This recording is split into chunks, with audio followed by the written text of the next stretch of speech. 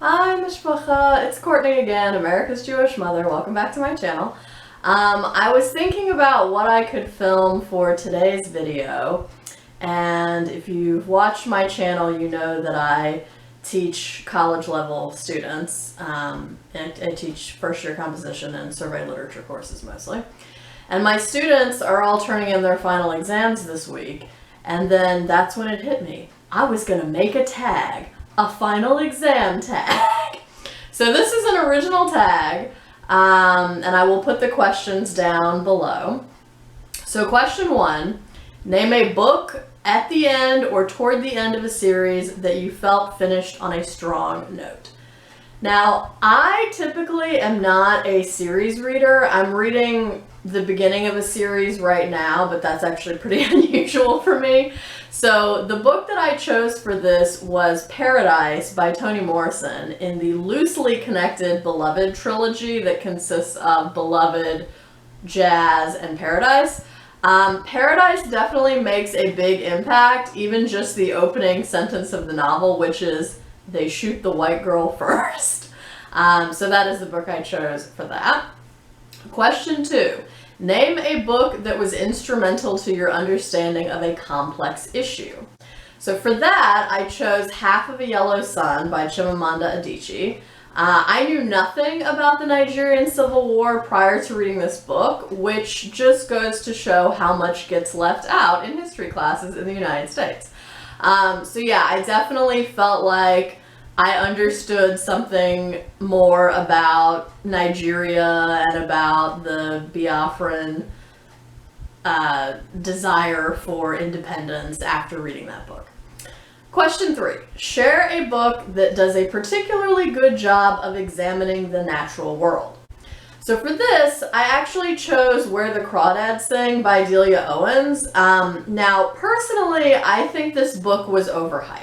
But it does have very beautiful nature writing about the marshes where the main character lives, and about the animals that she studies. So that is the book I chose for that question.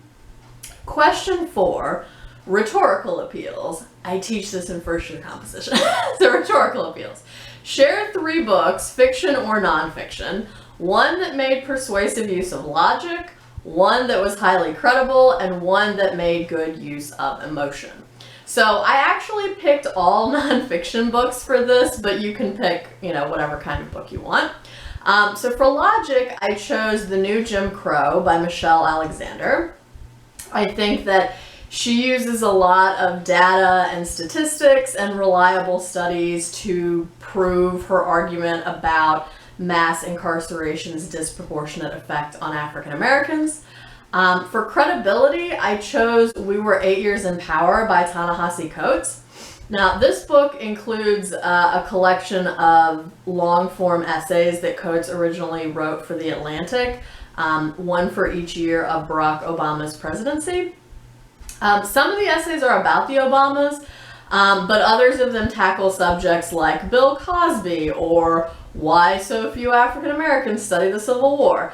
And prior to each essay, Coates includes a sort of introduction that's a retrospective on where he was in terms of his thinking and frame of mind in that particular year, why he chose to write about this particular subject, and he also does some reflecting on how well he thinks the essay has held up over time. So for credibility, I picked that one. For emotion, I chose Educated by Tara Westover. I was so angry while reading this at Westover's father, who is probably the most negligent fool I've ever encountered in all of my reading. There were so many times I just wanted to reach through the pages of the book and strangle him for his just complete stupidity and negligence. And I was also very angry at one of her brothers who was abusive toward her. And I also felt such sympathy toward her throughout her struggle to give herself the basics of what we would consider take for granted as the basics of an education, and then beyond that. So that book definitely brought up a lot of emotions for me. Question 5. Tell us about a book that sparked an intense conversation or discussion between you and someone else. For this, I chose Sing Unburied Sing by Jessamine Ward.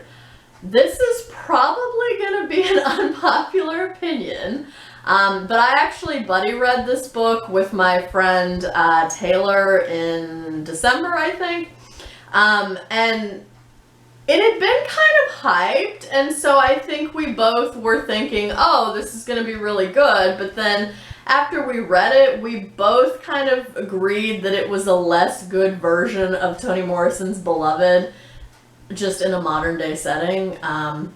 So that evoked some good conversations and discussions about the relative merits of Jessamine Ward's book versus Beloved and all of that.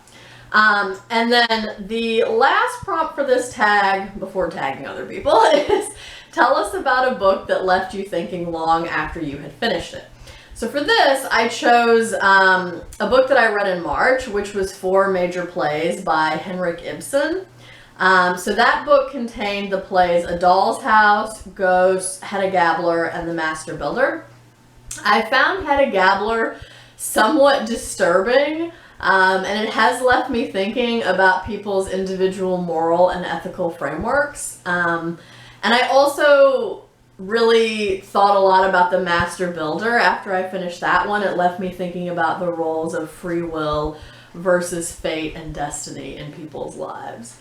And then the last prompt is tag others to take this final exam. So I am going to tag 3 people who I know are teachers who will hopefully appreciate this final exam tag. So I tag Lindsey at Lindsey's Book Life. I tag Kristin at Perks of a Bookflower, and I'm tagging Brian at Bookish. So I hope you've enjoyed this tag. Please feel free to do it if you like. And you can hashtag it final exam tag. And yeah, I hope you're doing good reading. I hope everyone's staying healthy and well. And until tomorrow, would it kill you to call your mother?